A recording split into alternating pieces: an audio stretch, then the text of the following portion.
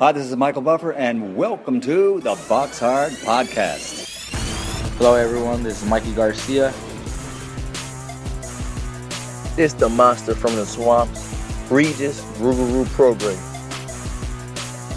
Hey, what's up? This is King Carlos Molina, former IBF world champ. This is Michael, the Bounty Hunter, 2012 Olympian and your people's champ. This is Charlie Edwards, flyweight champion of the world. This is Fast Eddie Chambers, and you're listening to the BoxHard Podcast with my main man, Joey Coastman. Hello everybody and welcome to episode 319 of the BoxHard Podcast. I'm your host Joey Coastman. I'm joined as ever by former heavyweight world title challenger Mr. Eddie Chambers. Eddie, how you doing, man? I'm good, my man. How about you? Always good when speaking with you, Eddie. Always good when speaking with you. Let's dive straight into the review part of the show. Then we will have our sole guest. It's going to be Bradley Skeete, former British champion at welterweight. And then, of course, in part two, the news and the preview part. Then that will be about it. Let's start, like I say, with the review part. It took place at the SNHU. I think it's SNU, or I'm not sure how it's said. It's an arena in Manchester, New Hampshire, USA. Over here. Let's start with the undercard. Julio Cesar Martinez, 18-1. He got in with McWilliams Arroyo, 21-4. A no contest after 3 rounds there.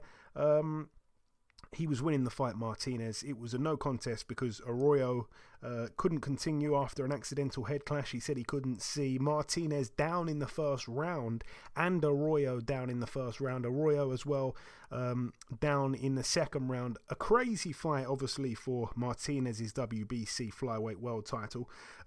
Shocked to see Martinez down and in some bother, really. But then, he got back up. I think it was a left hook that put him down. He got back up and, Arroyo, I felt, got a little bit too excited, got a little bit too aggressive from that point, and he got caught himself with a left hook, and he was down, and he got dropped hard. The bell went as he got up. He didn't have to take another shot. Then obviously the cut happened in the second round, and he's down again in the second round, Arroyo. And like we say, at the end of that second round, Arroyo said he couldn't see. No contest, though it goes down as a third round no contest for some reason. But I'm not sure. I don't want to say he was looking for a way out of the fight. It's hard to tell. You don't really know. You can look at a cut and you can determine how bad a cut is, but you don't really know about an injury, an eye injury as well. You don't know if he can or can't see, if his vision's blurred. You can't see these kinds of things. But for me, I think it did kind of look like he was looking for a way out. I hope I'm wrong, but he's a tough guy. He's known for that. He's been round the block, and it's another no contest there for Julio Cesar Martinez. On the undercard, once again, Murodjon Akhmadaliev, now 10-0, a unanimous decision over 12 rounds against Jose Velasquez, who's now 29-7 with 2 draws. That one was for the WBA and IBF World Super Bantamweight titles. It's good to see a Super Bantamweight World Champion, Murodjon Akhmadaliev, who holds 2 of the 4 belts. It's good to see him fighting a week prior to the other 2 belts being contested, which we'll get to in the preview part of the show between Brandon Figueroa and Stephen Fulton. So it's good to see all the belts being contested for within 7 days. We want to see the big fight for all of the belts in 2022. Murodjon Akhmadaliev going the distance there. The first time he'd gone 12 rounds against a very tough Velasquez, who took a lot of big shots throughout the fight and also returned with his own. He had some moments in the fight, Velasquez, who I think was a late replacement as well for Akhmadaliev. I actually wrote on Twitter before the fight that there's 3 things that you can bet on this weekend, and I'm not saying they're going to happen, but I think they're very likely. And Murodjon Akhmadaliev to win on points was a really unpopular pick, but it came in here. I don't think anyone listened to me, but it is what it is. A good win for Akhmadaliev, all being said. Elsewhere on that card, we had Callie Reese win a split decision over 10 2-minute rounds against Jessica Kamara. Kamara now 8-3 for the WBA, vacant WBO and IBO female super lightweight titles. Callie Reese, for me, I don't think she won the fight, to be honest with you. I think that Jessica Kamara won the fight. I think she landed the better shots. Callie Reese, very underimpressive. I think that this little tournament that they're doing at super lightweight, between, obviously there was 4 girls to start with: Jessica Kamara, Chantel Cameron, Mary McGee, and Callie Reese. Or I think it said, is it Kylie or Kaylee Reese? I think it's actually said. So I've been saying it wrong the whole time. But anyways, the 2 ladies that fought in the first fight, Chantel Cameron and Mary McGee, I think they were the 2 better of the 4, the 2 better ones. So unfortunately, that would have been a great final, but that was the first fight. So obviously Mary McGee's out of it. Jessica Kamara is now out of it, and the final will be between Chantel Cameron and Kaylee Reese. Chantel Cameron was sat ringside. I think her style, Kaylee Reese's style, is tailor-made for Chantel Cameron, even though Kamara didn't win the fight. And it was close, it could have gone either way. I'm not saying she won clearly. It was close. But, I actually think that Reese's style is much easier for Cameron, and I think she's actually going to stop Kaylee Reese. We shall see, though. It's brilliant to see this buzz around women's boxing at the minute. It's like almost every week there's a good women's fight, and this was another good fight. I feel for Jessica Kamara, who, doesn't really get anything.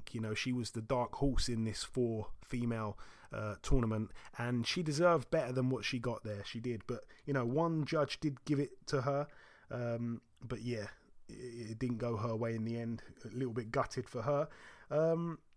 Maybe she should fight Mary McGee, Both of them need a win. That'd be a nice fight. I like the sound of that. Anyway, elsewhere on the card, Australia's very own Dempsey McKean moved to 20-0, a TKO in round 6 against Don Hainsworth, who's now 16-8 with a draw. He either knocks you out or gets knocked out, Don Hainsworth, and he got knocked out here as predicted. And of course, the main event, Demetrius Andrade, now 31-0, a TKO in round 2 against Jason Quigley of Ireland, now 19-2, a defense there for Andrade's WBO middleweight world title. Completely, as we said, to be honest with you, he was so overmatched. Quigley, he was down in the first round. He seemed to me to be waiting too long right in front of Andrade, and obviously down twice in the second round. The first was a big left hand that Andrade threw from his waist, and the second was just a barrage of shots. Down he went, like we say, for the 3rd time, and the referee, Arthur Mercante Jr., waved it off. Not many times do we predict an Andrade knockout, and we predicted that here, and he did it, like we say, in 2 rounds. It speaks volumes about that, though, the fact that we said he's going to probably knock this guy out. I don't think we probably saw it come in that early, but I had a bet on it to go that early, for him to knock him out that early. I can't say I was overly shocked. Good performance from Andrade, Eddie. Yeah, he did what we expected him to do, get him out of there. Obviously, I think the fight plan he had with Quigley can't be the same when he fights, a more elite level guy. Quigley being tough and, proud and wanting to go out on the shield, and not so much go out on the shield, but wanting to win and being the kind of guy that would go out there and try. It was a commendable effort, and to be in there. But reality is, no disrespect to him, but he's just not on that level. I like some of the things that Andre did, but I also didn't like some of them too. I think a lot of what he was doing was based on the opponent. I feel like you have to fight not necessarily just based on the opponent, though, because sometimes you'll get in there with a guy who you expect to beat but has a style that's a little weird for you, a little uncomfortable for you, and therefore you got to go back to doing what's going to be successful, over the course of a 12-round fight. I think he went in there with the idea of just, I'm going to bomb this guy out, and I'm going to throw big shots from the onset. And, he seemed like he was being a little patient early on, but he was throwing some fat shots at him, and he was throwing some of these shots were just a little bit too much for me. You know what I mean? I would have liked to have seen him do, a little more conventionally, throw some shots. I mean, don't get me wrong, it was the recipe that was going to win. But then again, I feel like he could have done not anything, but anything within reason of his ability, and he would have been able to come out on top, in a spectacular fashion. The only gripe about it was, I would like to see him beat. Obviously, I'm going to say I would like to see him do some different things in there with a better opponent. So if that's the only gripe I have. I think he's a fantastic fighter. He's one of the best out there. But not everybody's going to be Jason Quigley, and that's no disrespect to him, but that's just the facts. And I would, like I said, I like to see something a little more tactical, a little more careful, a little smarter. You know what I mean? Of course, you're supposed to get your guy out of there immediately. You don't get paid for overtime, but just a little bit more, you know, a little more thought behind it. And that's just for me watching it. I mean, I could tell by the way he did it, the way he went out there, that he knew this was a fight that was only going to be a round or two. Look, he's a professional. He's one of the top guys out there. There's no doubt about it, like I said before. But obviously he's going to, once he steps up, once the competition is, you know, obviously more dangerous, he's not going to fight the same kind of fight. So in my opinion, if I had only one thing to gripe about, it would be just, I would say, fight as you would be fighting a world champion. And if you get him out of there, great, which we expected that to happen anyway. But, hey, look, I can't say much. You know, he did what he was supposed to do and got him out of there. So, good performance. If I have one gripe, it was that one. That was it. Yeah, and I think that I believe Jason Quigley had his jaw broken in the first round as well, which we should mention. Yeah, good performance from Andrade. And since then, I think Andrade has got his team or whatever to write to the WBC and try and get them to make him, I think it's Jamal Charlo's mandatory to try and force that fight. That's a fight we'd love to see. Moving on, though, to the Universum Gym in Hamburg, Germany. Over here, we saw Zan Kosobutsky move to 17-0, a TKO in round 5 against the previously undefeated 11-0 Alexis Garcia. That one was for the vacant WBC International Silver Heavyweight title. On the undercard, we had Jeremias Ponce, now 29-0, the guy that beat Lewis Ritson. He got a KO in the second round against Michel Marcano, who's now 22-5 with a draw. Jose Lardu as well, he was on the undercard, 7-0 now, a KO in round 2 against Leandro Rabuti. That one was for the vacant WBC Latino heavyweight title. Lardu is a Cuban fighter, Cuban heavyweight. And also Avni Yildirim, 24-4 now, a unanimous decision over 10 against Yusuf Kangul, who's now 20-5 with a draw. That's it for Germany. Moving out now to Ukraine at the AKO International in Kiev, we saw Artem Dalakian return to the ring after a long layoff. He successfully defended his WBA flyweight world title with a TKO in round 9 against Luis Concepcion, who is now 39-9. And moving out now to the Wembley Arena in Wembley, London. Over here, let's start with, I'm not sure it was the main event. I don't think it was. Hosea Burton now 26-3. A TKO loss in round 7 against Dan Aziz, who's now 15-0. Tyson Fury, the cousin of Hosea Burton, was sat ringside cheering him on, but it wasn't enough. He, like I say, was stopped. It was for the vacant British light heavyweight title. To be honest with you, Dan Aziz wiped the floor with Hosea Burton. He absolutely battered him and blooded him, every round really. And like I say, I actually think that Hosea Burton should consider hanging him up now. It just doesn't seem like he's going to get to any significant level. When I say significant, I mean that respectfully. You know, he boxed obviously for a British title. I think he was British champion before he lost to Frank Buglioni, but something's missing. He doesn't seem the same fighter he once was. And Dan Aziz, I mean, credit to him, full credit to him. It's a good name for his record there. It's a good name for his resume and his legacy and all the rest of that. But there's some huge fights that can be made domestically. I know Craig Spider Richards was ringside. What a fight that'd be.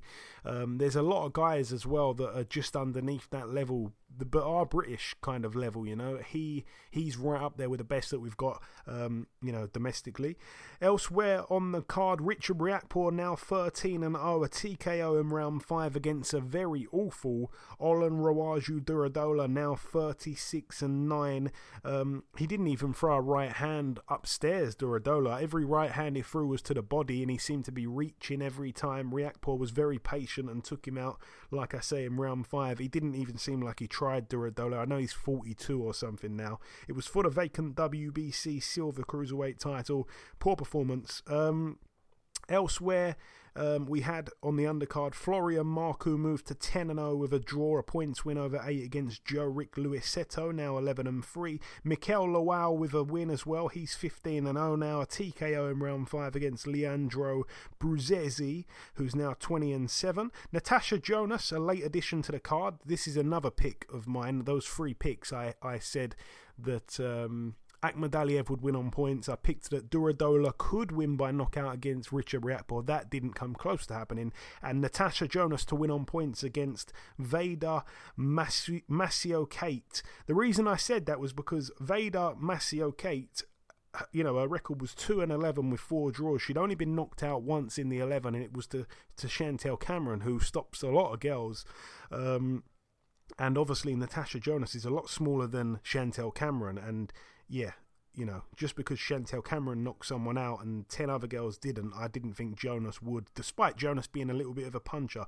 But yeah, I thought that would go to points, and it did, over 6 2-minute rounds there. Natasha Jonas now 10-2 with a draw. Yeah, that's about it there. Moving out now to the Manuel R. Time Community Center Theater in Miami, Florida. Over here, Uniel Daltacos now 25-2, a TKO in round 2 against Jesse Bryan, the American, who I think I said on last week's show that he was like a heavyweight or something like that. I got that awfully wrong. I think he was really about like a middleweight or a super middleweight or something. He wound up fighting at cruiserweight here. At one point in his career, he took about 7, 8, 9 years out the ring, and yeah, I think he was on a win streak after coming back, but he's lost there in round 2 against Daltacos. A horrific mismatch, really. Daltacos, one of the best cruiserweights that we have on the entire in the world, I should say. I'm not sure where I was going with that. Moving out now to the Mandalay Bay Resort and Casino in Las Vegas, Nevada, USA. This one, of course, the final card to mention. On the undercard, we had wins for Isaac Dogbay, now 23-2, a majority decision over 10 against Christopher Diaz, now 26-4. That one was for the NABF featherweight title. Isaac Dogbay, I have to still continue to say this, has not looked the same fighter since moving from 122 to 126. He's too small really for 126. It's been said by everyone, and he hasn't been as impressive. I mean, this guy once upon a time knocked out Jesse Magdaleno for the world title. Those 2 fights he had against Emmanuel Navarrete, I'm starting to wonder if they took a significant chunk out of him, because since those fights he hasn't looked the same, and he's had a couple close fights in a row now. Close one again against Christopher Diaz. A lot of people felt he did enough to win. Also on the card, Zanibek Alim Kanuli, now 11-0, a TKO in round 8 against a very, very tough Hassan Ndam, former world champion, friend of the show. The Frenchman is now 38-6. That one was for the WBC Continental Americas and the WBO Global middleweight titles. Hassan Ndam down in round 3. Sad for him, but I think the writing was on the wall, really. It was a bit of a mismatch. And Esquiva Falcao with a win, now 29-0, a technical decision after 6 rounds against Patrice Volney, who was previously undefeated, 16-0, now 16-1. Very close as well on the cards. One judge actually had it to Volney, and the other 2 judges had it narrowly to Falcao. So that one, that's a bit of a bad look, really, for Falcao, who I was tipping as, he's not young, but, quite a good prospect, dare I say that, quite a good contender perhaps. And the main event, Terence Bud Crawford, now 38-0, a TKO in round 10 against Sean Porter, now 31-4 with a draw. Porter down twice in the 10th round. It was for the WBO welterweight world title. My take on this fight here, I'm just going to run through it. The first round I gave to Sean Porter. I liked the feints, and who knew that he could feint? I never seen him do that before in his boxing career. I liked how he was able to put Crawford on the back foot a little bit. He actually boxed and did well. Boxing, arguably the best pound for pound boxer. He was boxing, and it was working weirdly. Great start for Sean Porter. Round 2 was a really, really close round. Both men had good moments, particularly Crawford. He landed a lovely power jab that for me wobbled Porter just a tiny bit, and Porter did also get through with a clean right hand of his own, which made Bud, look at the ref for some reason. I felt that round could have gone either way. I think most people gave it to Porter. It was a really exciting fight, though, after just 2 rounds. Round 3, Porter was cut by his right eye. It was a head clash, but I gave that round to Crawford. Again, both guys had moments.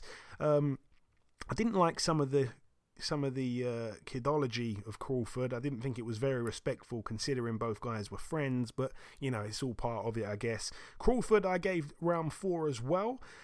Porter was getting countered a lot when he was trying to get on the inside of Crawford. He was lunging, he was walking into left hands from Crawford, and Crawford was picking his shots well. I liked his level changing, his awkward stance.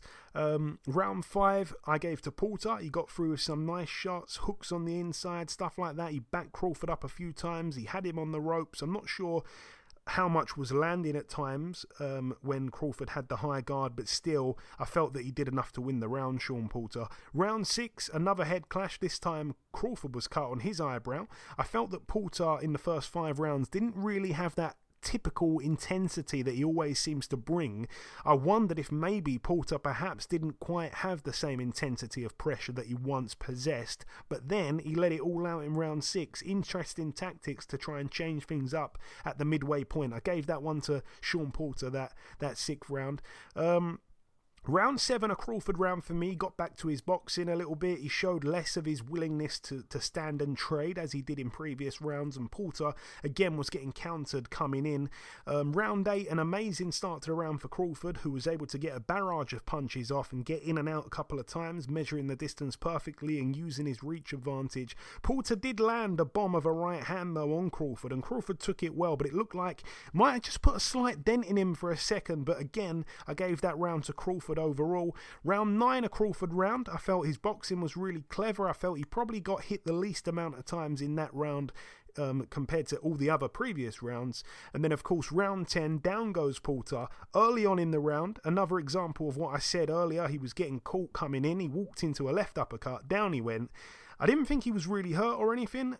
He got back up. Then, of course, later in the round, he goes down again. This time, he walked into a right hand. He kind of ducked down and got caught on the temple with a couple of shots.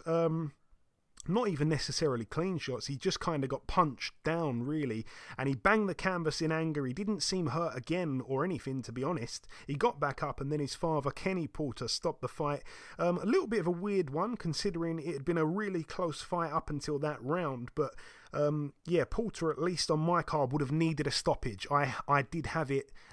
After that round, he would have needed a stoppage, I should say, because that would have been a 10-7 round. So from that second knockdown, I think he needed a knockout there.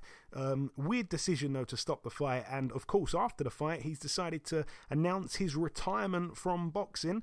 Before I come to you, Eddie, I just want to start by saying, obviously, what did you make of the fight? And also, what did you make of the stoppage? And also, do you think it was the right time for Sean Porter to retire?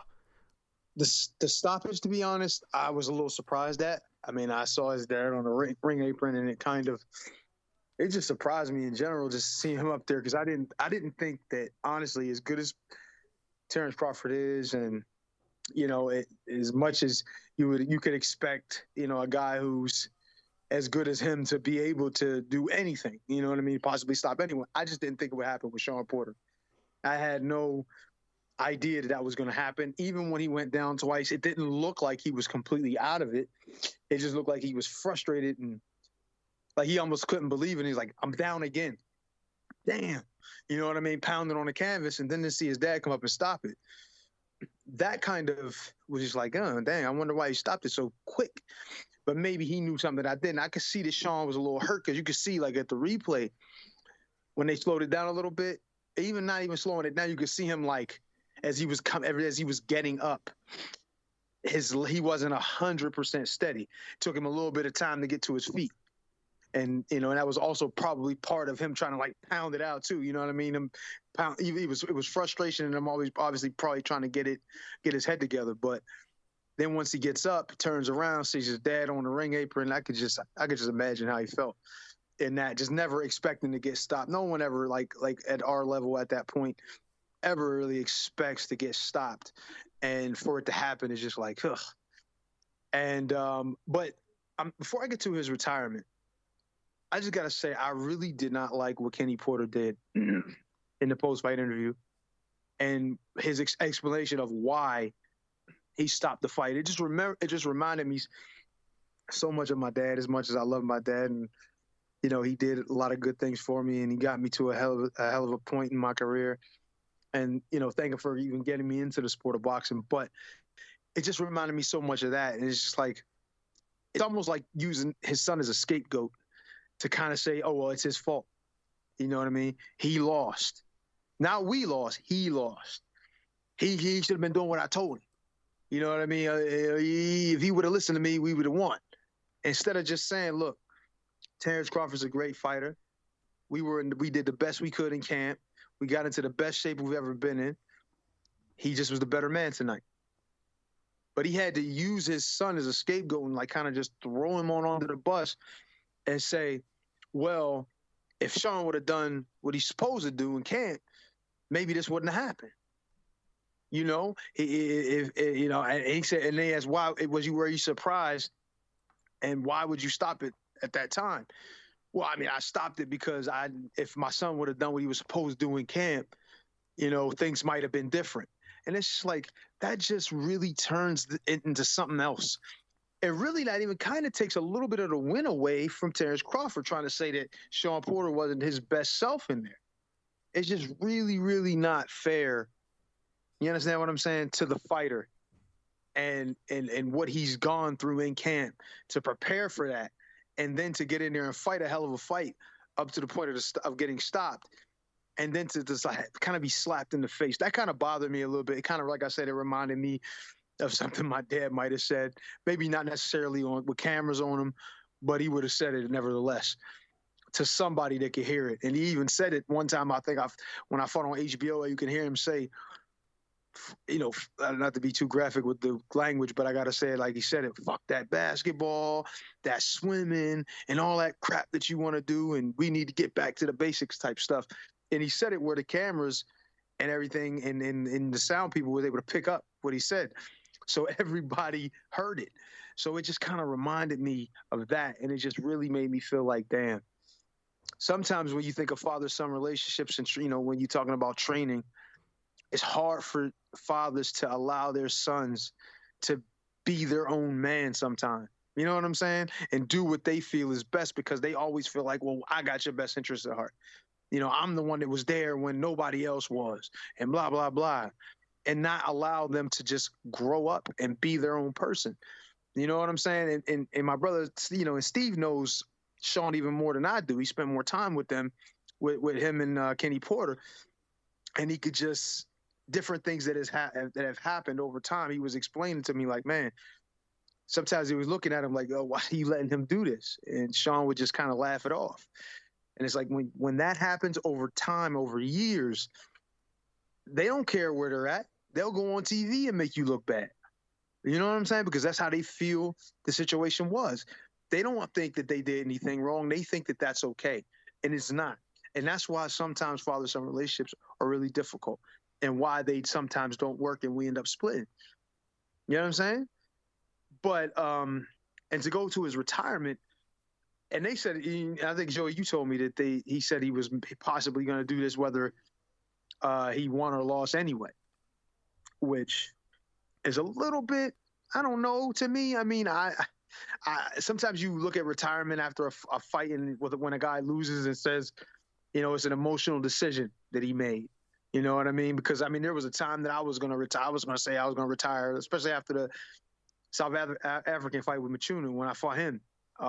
I was thinking about, oh, man, if I can't beat that kid, I'm retiring type thing. And sometimes you make emotional decisions following losses in fights that, you know, you feel like if I can't do it at this level, what's the point? I don't know if that's what Sean did. I don't know if, you know, if he should have announced his retirement that soon after. I think maybe he should have waited a little while, you know, before he actually announced it. But then saying, oh, well, if he did say this, I don't know. I didn't actually hear him. Well, I was going to retire whether I won or lost. I just don't know about that. I wouldn't be surprised to hear in a few years or a year him saying he wants to come back. But, you know, it's unfortunate. I mean, I hated to see him go down the way he did because I thought he was definitely going to go. And at least lose by decision. But I thought he was still in the fight, so it's just unfortunate. But he's a great fighter. He had a great career, and hopefully he gets consideration and going to some form of a Hall of Fame somewhere. But he's definitely done a lot of great things in boxing, and he's been a warrior his whole career. So I'm just privileged to have met him and seen him fight. So it's a good situation, hopefully. And obviously Terrence Crawford is one of the best in the world. So we'll see him in things to come. Yeah, we shall. I feel like it's not the end of the road for Sean Porter. That's just my gut feeling. And also, someone else pointed out to me that immediately afterwards, when they interviewed him in the ring, he did say that he wants to fight Terence Crawford again. That was his immediate response as well, which I think some people are forgetting. But another knockout win for Terence Crawford, still 100% KO percentage at welterweight, which is unbelievable. But anyway, that brings the review part to a close. The final thing for me to do is to welcome our special guest on this week's podcast. Ladies and gentlemen, please welcome the former British welterweight champion. It is, of course, Mr. Bradley Skeete. Brad, welcome back on the show, man. I'm good. How you been? Good to be back. I've been fantastic, man. I'm greatly pleased to have you back. We last spoke back in October of 2018. It was just before the fight against Fernando Valencia. I remember joking with you at the time. I said that you tried to find the most Spanish-sounding name to beat after losing to Lejaraga. Obviously, you managed to get him out of there. You were the first man to stop him. It was impressive. Since then, he's gone on, by the way, to lose 20 fights in a row. He's turned into a journeyman, but hasn't really been stopped much at all. I think only twice more. So that was, that was a good win. After that, obviously, the shock loss to Ramirez. I thought at that point, Brad, that you were finished. I've got to be honest. Can you understand why people would think that way as well? Probably from, obviously, the loss to Laraja, and then obviously coming back, having that win, and that obviously, like you say, the shock defeat to Ramirez, to Ramirez, and do you know what I mean? And it's rightly so. People did think I'd retired, but that wasn't never the end of me. That wasn't me. The people, like I say, people looking in probably would think that because two stoppage defeats. Do you know what I mean? But it just wasn't me. Like, listen, it's in the past now. But going back out in Spain to Laraja, that just had a few personal issues going on at the time, and it just wasn't me in there. Lost to the better guy. Do you know what I mean? Like he was a great champion and he was a great fighter, but it wasn't me in there. And obviously coming back, getting that good win, and then the Ramirez fight was just a shambles, to be honest. Not really said about it, but the show was cancelled, and then it was on, then it was off, then it was on. I lost count of how many opponents I had change, and it was going to be for a title. It wasn't going to be for a title. So the whole process and the whole build-up was just a shambles. I didn't know if I was coming or going. And when I finally got an opponent and it was finally for a title, it was a week to go. Do you know what I mean? And at that stage, I was sick of boxing. I was sick of everything, to be honest. And the preparation just wasn't ideal. And I should have never even been in there. I remember walking to the ring and it just wasn't switched on one bit. And listen, I got in the ring, I lost to the better guy in the night. Do you know what I mean? But he shouldn't be lacing up my boots, let alone stopping me. But I needed some time off and I needed a break, and that's exactly what I've done. I didn't say I was retired, but going back to your question, I could understand why people did think I was going to retire coming off of them 2 losses. Yeah, and even just like, what else did you have to offer? I was kind of thinking that's got to be it. I mean, what can you do after losing to the second guy in particular? Obviously, up until those 2 losses, in my head, you were still unbeaten. I've said it for years. I thought you beat Frankie Gavin. You'd gone through the British title scene like a hot knife through butter. You were knocking on the door for a world title. Jeff Horn didn't want no part of you. Obviously, the loss to Lejaraga than to the Argentinian guy who no one really knew. Since then, obviously, as you say, you took time out, 2 years and a half. You come back. You've had that one fight, the stoppage against Dow Arrowsmith. Not many people stop him, so again, it's a bit impressive, but quite meaningless in terms of the grand scheme of things. Do you feel like you've got a lot to prove in this upcoming fight, Brad? A lot of, maybe some 100%. reminding for the fans. You hit the nail on the head. Like you say, like people, I've read, I've seen it on social media, on the internet. People are just discrediting me and brushing me off. Like, do you know what I mean? I'm nothing. They really forget what I've been and done and what I'm about. Do you know what I mean? I'm a 34-year-old man, grown man who's been in boxing a very long time. I've been there, done it, got the T-shirt. And this is what's getting my back up. Like, I'm fighting. Listen, no disrespect to Hamzah. I like him. I've said it, and there's no disrespect there, no bad about there. But I've got my back up, and I'm going to show him and prove to people who's doubting me, like, don't ever think that of me that can use a scalp on my name. Like, he's a 22-year-old kid and 13 fights. Do you know what I mean? 2 years ago, they wouldn't even have dreamed of mentioning mine and his name together. Now that everyone's talking, like, do you know what I mean? He's going to do a job on me. No way. Like, I've got a point to prove in this fight, and I'm showing everyone I'm back and what I'm about. Do you know what I mean? I've still got a future in boxing. I've still want goals I need to achieve and want to achieve. Do you know what I mean? And move on. I've moved up to Sheffield. I've sacrificed moving away from my family and friends and putting in the work up in Sheffield. I'm with a world-class coach in Dom. I'm surrounded by world-class fighters. Like, if I wasn't serious, I would have picked the easy route and just stayed at home and had a 10-minute trip to the gym and been comfortable. Do you know what I mean? It's been a tough process, a long process, but I've got this opportunity now, and do you know what I mean? I'm gonna show people what I'm about, and the same people who's doubting me and expecting me just to, I don't know what, expecting me what to do, but they're going to be the same people licking my ass after this fight when I smash his face in and show everyone, do you know what I mean, the work I've been putting in. You can take the boy out of Penge, but not Penge out the boy, it sounds. There you go. No, honestly, I'm sick of it, to be honest. Like, people think I'm Mr. Nice Guy and all that, like, but like, it's do you know what I mean? It's got to me, people just discrediting and brushing my success and what I've done. Do you know what I mean? I've been in boxing a very long time, and I've achieved what people dream of. Do you know what I mean? And absolutely. And just because I had a little break and some time off, people soon forget. Yeah, no, I understand. You sound hungrier than I've heard you speak for years. I'm on it. Obviously, you're the underdog. Do you understand why you're the underdog? Do you feel like you're rightfully the underdog? He's on a real high, and like you say, you haven't been seen for a while. You had those 2 losses. Yeah, listen, like I say, I'm not discrediting him and his career. He's 22. He's had 13 fights. He's unbeaten, and he's stopped a lot of them 13. Not too sure how many, but he stopped a lot of them 13.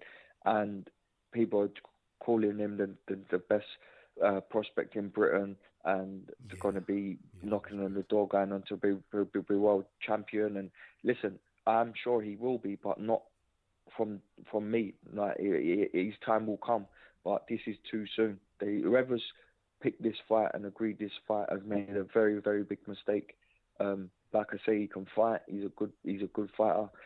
Yeah, I might be the underdog, but they're overlooking what I've done. Do you know what I mean? Look through his record. He hasn't boxed a name. Who I don't know who the biggest name he's got on his record, but whoever that is, they couldn't lace my boots. Do you know what I mean?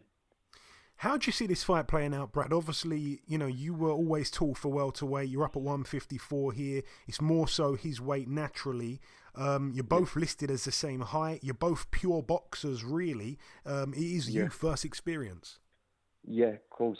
Experience is key in this fight. And listen, he's big. He's very big for the weight. So he probably I'd say struggles to do the 154 weight category. Do you know what I mean? He's very big for the weight. He's young, so he's growing. So I believe that he struggles for the weight. He's always, you got to look and see, he's always in a sweatsuit and a sweat top or whatever training. That can't be right. Do you know what I mean? He's not ideal. always, do you know what I mean, training in sweat tops and that. So that obviously is going to play a part in this fight. Like I say, he's going to know he's in the fight. He's not boxed no one of my experience and my ability. He's going to know he's in the fight. I'm coming to win, and that's how I see it going. Do you know what I mean? And I was wondering as well, Brad, do you maybe need to be the underdog or have pressure on you to bring out the best in you? I know that that's a bit cliche, but you box great against Frankie Gavin. You box the best I've seen you box against Sam Eggington. Then, like I say, you absolutely steamed through the domestic scene. You won the belt outright.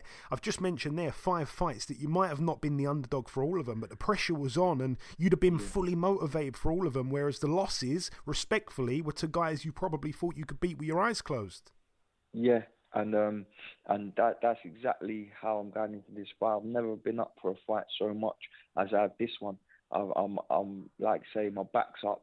There's been comments made and that, and what I don't appreciate, and I've got a serious point to prove, and I can't wait to shut everyone up and just say, listen, I'm back. Remember who I am. Do you know what I mean? Yeah, for sure. And you mentioned the Ingle gym.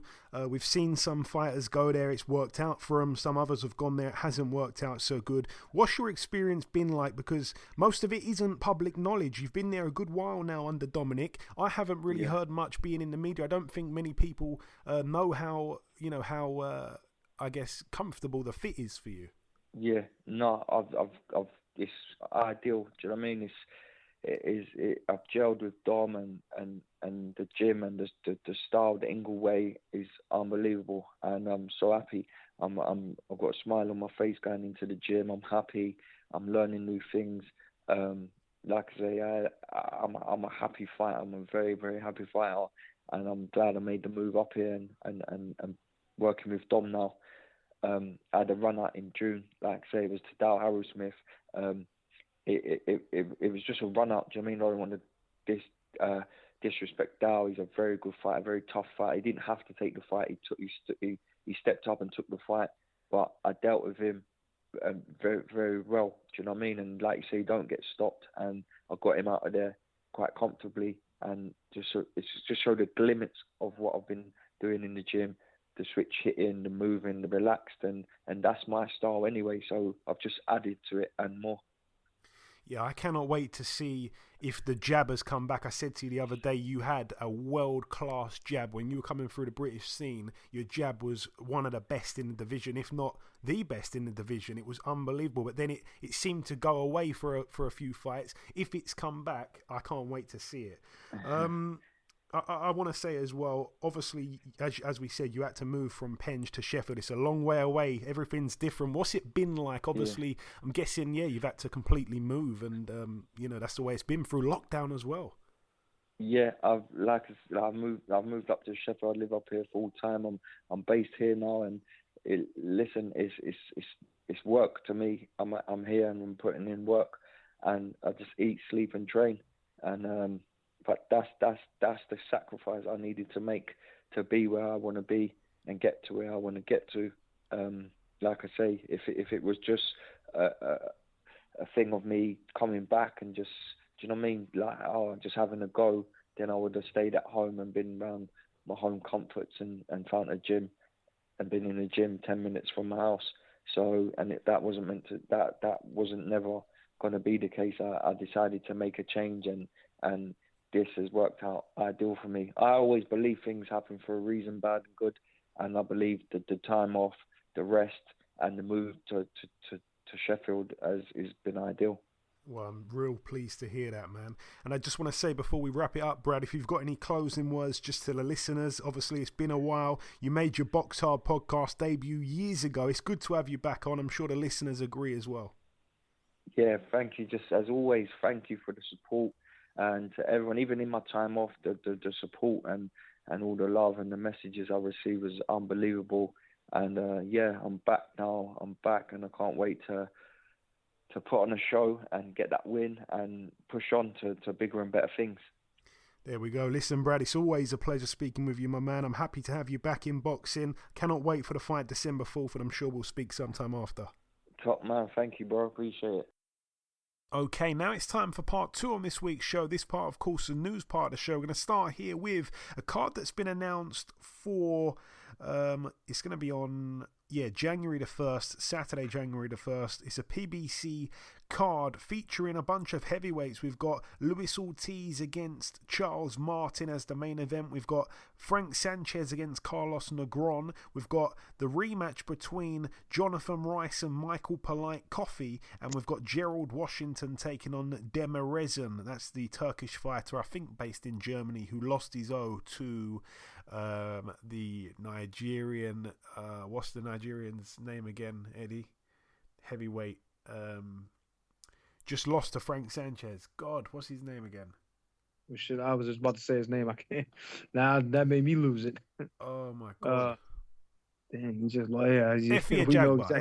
There you go. So that should be quite a good fight because Demirezan's quite good.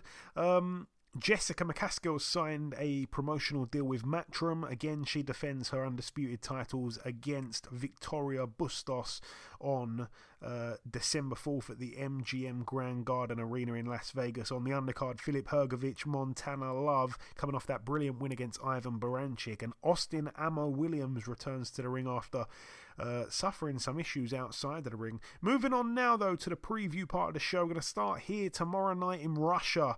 We've got Sergei Kuzmin, 15-2, coming off those 2 losses in a row. The first one to Michael Hunter on points, the second one to Martin Bacoli on points. He takes on Igor Aldiao Macedo da Silva, who's 10-0 with 10 KOs from Brazil. Could be spicy up at heavyweight there.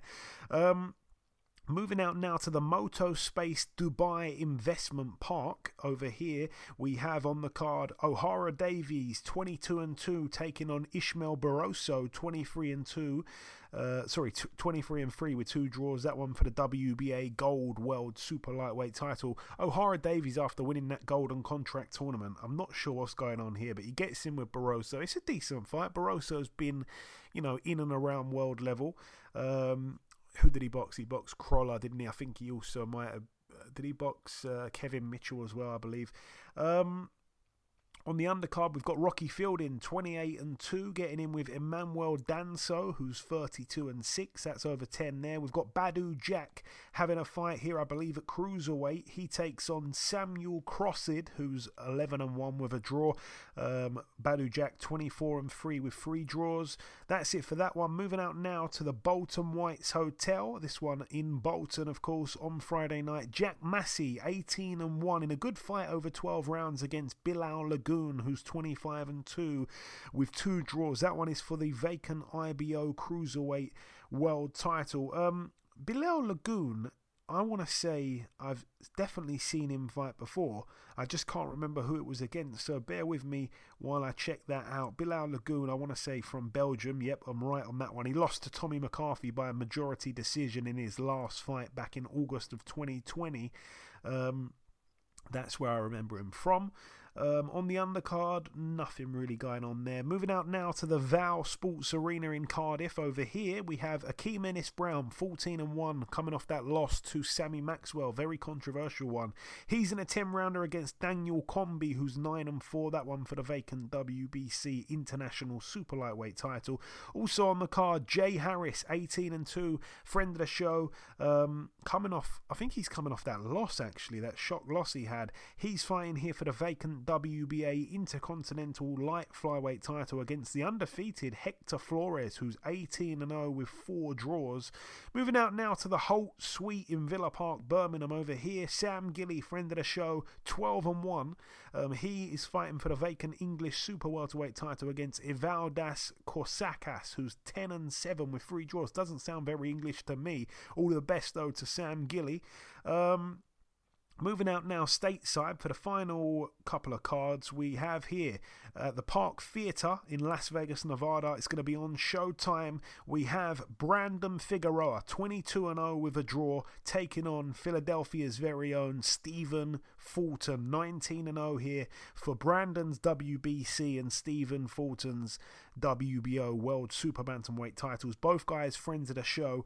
It's going to be a brilliant fight. I love the fact that Stephen Fulton is, winning a world title and going straight for a unification in his, in his first fight as champion. That shows what he's all about. When he was on this show a few weeks ago, he told me that the first thing he wants to do is become unified champion and then become undisputed champion. He wants to fight with Murajon Akhmadaliev.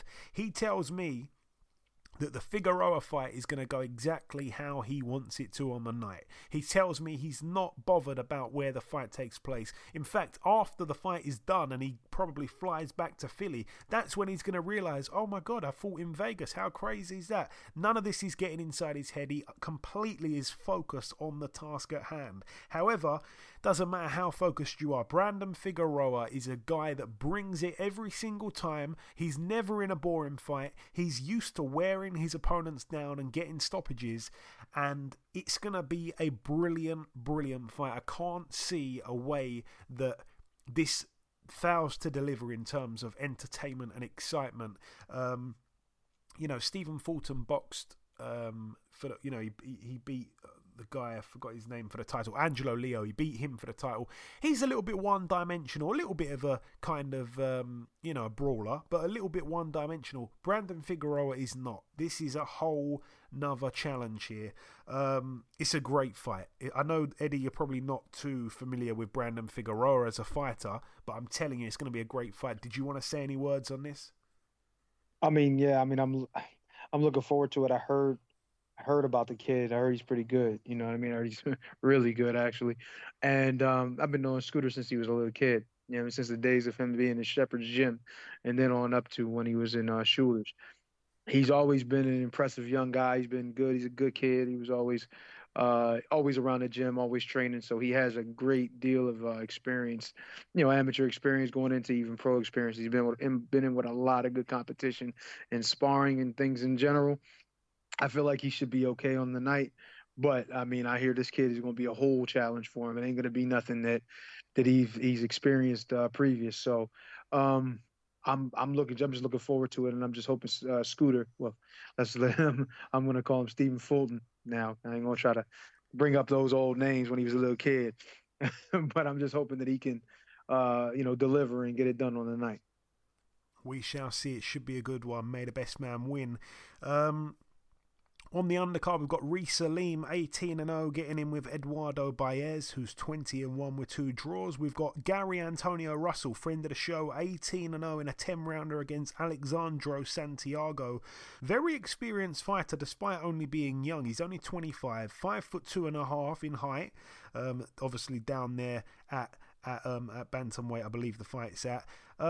But he's very experienced, like I say, and a very, very tough Mexican. Obviously has the 2 losses. They were very early on in his career. In fact, they were both in 6-rounders. One was a split decision, one was a unanimous one back in 2013. He hasn't lost a fight for 7 years. In that time, he's drawn with a number of decent fighters. Antonio Nieves, Jose Martinez, both undefeated fighters. He drew again in the rematch with Jose Martinez. He drew for the world title against Jerwin Ancajas, a split decision.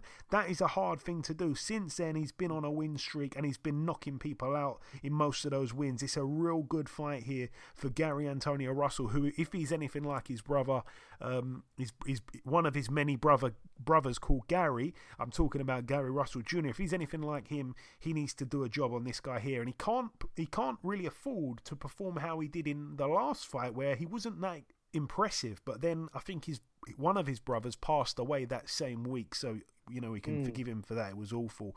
Moving out now to the Madison Square Garden Theatre. This one is big as well. It's going to be on DAZN. On the undercard, we've got Britain's very own Ramla Ali, 3-0. She's in a 4-2-minute contest against 1-0 Isela Vera. There's 2 women's fights on the card. We've got Reshat Mati, 11-0 in a 10-rounder against Nicholas DeMario, who's 15-5 with 3 draws. We've got Raymond Ford, one of the best prospects probably in the United States, 9-0 with a draw in a 10-rounder against Felix Caraballo, 13-3 with 2 draws. That's for the WBA Continental Featherweight title. We've got Zili Zhang, the southpaw 6'6" Chinese Olympic silver medalist, who doesn't look that good as a pro and still is undefeated, which is crazy. 22-0 with a draw in an 8-rounder against Craig Lewis, who's 14-4 with a draw. We've got Azinga Fuzil, who's 15-1, coming off that brilliant win last time out when he knocked out Martin J. Ward. One of our fighters from over here. He's fighting for the vacant IBF World Super Featherweight title against Kenichi Ogawa, the guy that beat Tevin Farmer.